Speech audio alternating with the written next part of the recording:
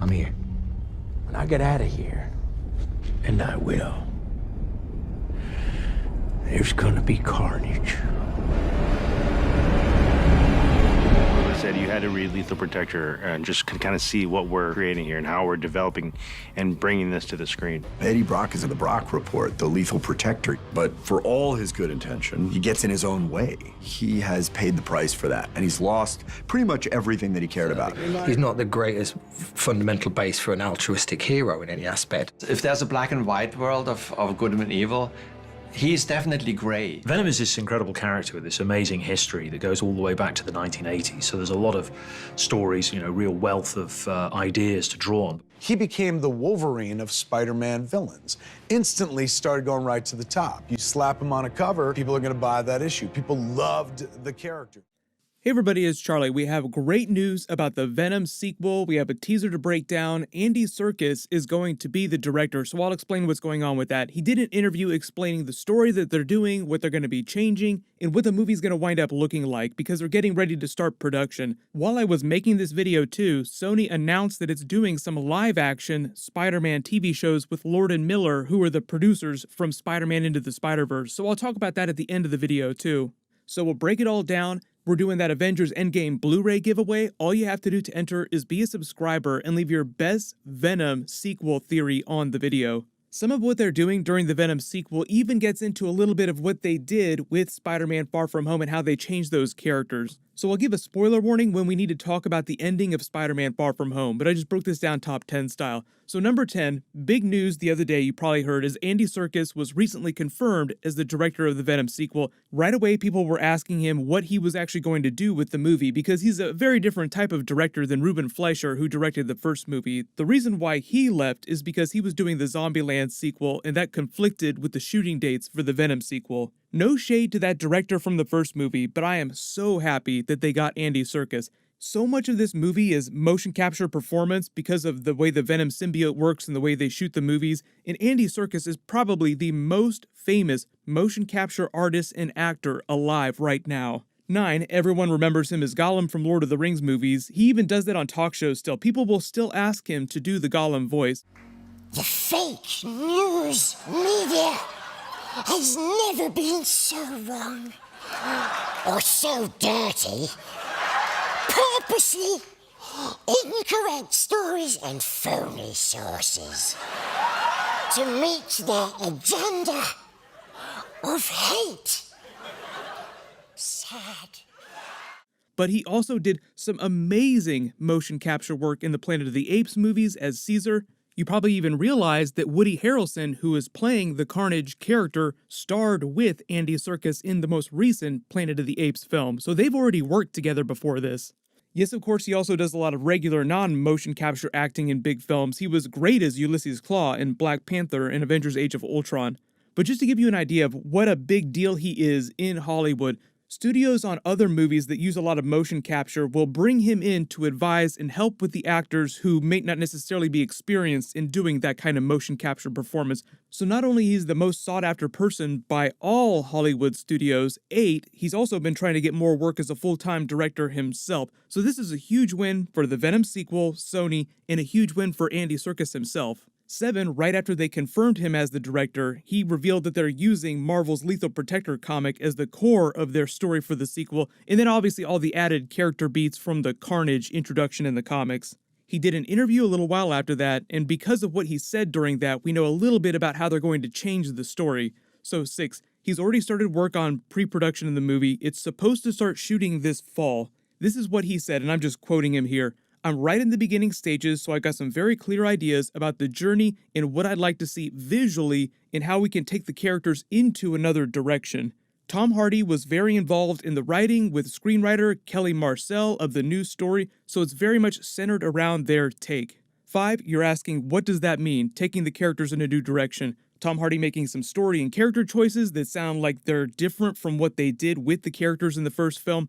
Really, it just means that in adapting the Lethal Protector in Carnage stories, they'll be focusing a little more on developing the characters than they did in the first movie, because typically with big tentpole movies like this, you already know what the big major action scenes are going to be, and then a lot of what changes during production is the actual connective tissue and a lot of the dialogue between the characters. There was a bit of a conspiracy during the making of the first Venom movie you may have heard about. Sony initially started developing Venom as a rated R movie pitch after the success of the Deadpool movie at Fox. So it makes sense. Sony controls the Venom character. You have a hardcore, darker character like that. It's very easy to make him rated R and still be very true to Marvel comic book stories. But then this conspiracy theory went on that when they actually started production, so much time had gone by, actual time, that Sony's film studio was underperforming. Spider-Man movies always do great, but all the rest of Sony's movies were dragging down on their profits, so the studio made the choice to go PG-13 with Venom to appeal to a wider audience and potential bigger box office take. The gamble, as we all saw, paid off. Venom did over $850 million at the box office. But by changing from a darker rated R Venom movie to PG-13 while they were in the middle of shooting the movie caused all kinds of problems. For when you go back and you watch the Venom movie now, notice how Tom Hardy's performance, which amazing as it is, Tom Hardy is fantastic, seems very out of tone with what a lot of the other actors are doing in their scenes. A lot of that is because of the stuff they changed mid-shoot, in addition to allowing Tom Hardy to do just whatever he wanted. Most of that Eddie Brock performance came all from Tom Hardy. They sort of treated him the way that the Marvel movies treat Robert Downey Jr. You give him a script to go off of, but a lot of what he winds up doing is improvisation, just because he's such a fantastic actor.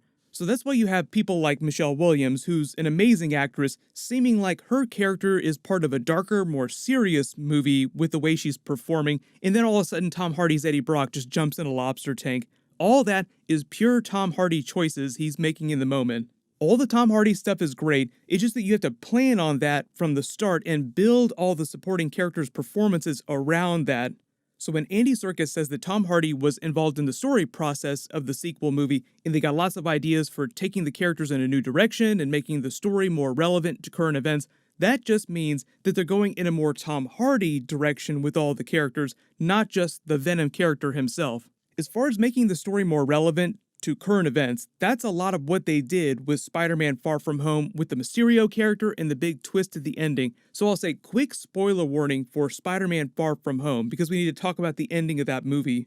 During that movie, Mysterio as a villain uses fake news and the magic of editing as his main weapons. He's an actor crafting his own movie within a movie, which I thought was pretty clever. That movie is the story of how he, Mysterio, is the world's greatest superhero, and the villain of that movie is Peter Parker's Spider-Man. The main villain of the Venom sequel is Carnage. He's a very, very disturbed, self-centered, egomaniacal character. His way is the only way, and his way is the way of pain and suffering. The more recent comics like Absolute Carnage, which is a huge Spider-Man crossover event, take this idea to the nth degree.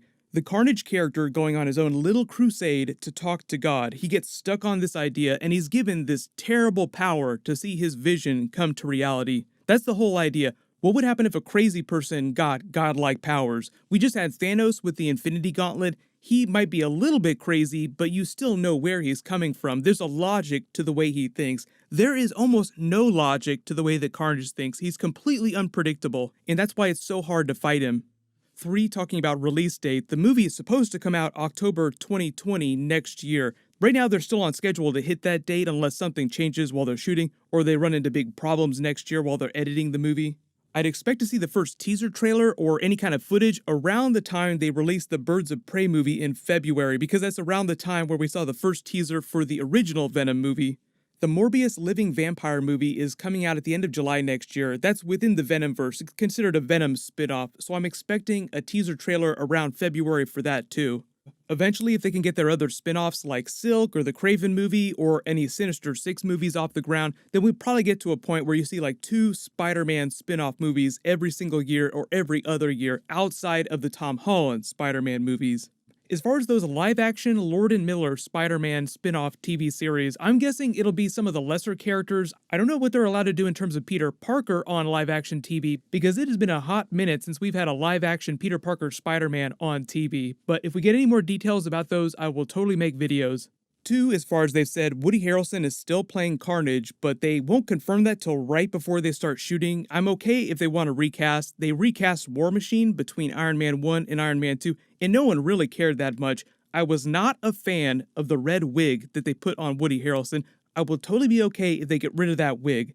Michelle Williams is going to be coming back as Eddie Brock's girlfriend, maybe a little bit more She-Venom action, and they haven't announced which other big main comic book characters that they're going to do, but the script is finished, so they already know what the story is going to be.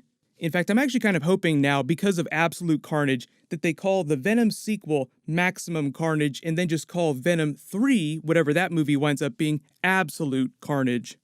In number 1, as for Spider-Man Tom Holland involvement, based on Kevin Feige's recent comments around Comic-Con and the conspiracy surrounding the Marvel and Sony sharing arrangement for that character, I don't think that Tom Holland is going to cross over right now.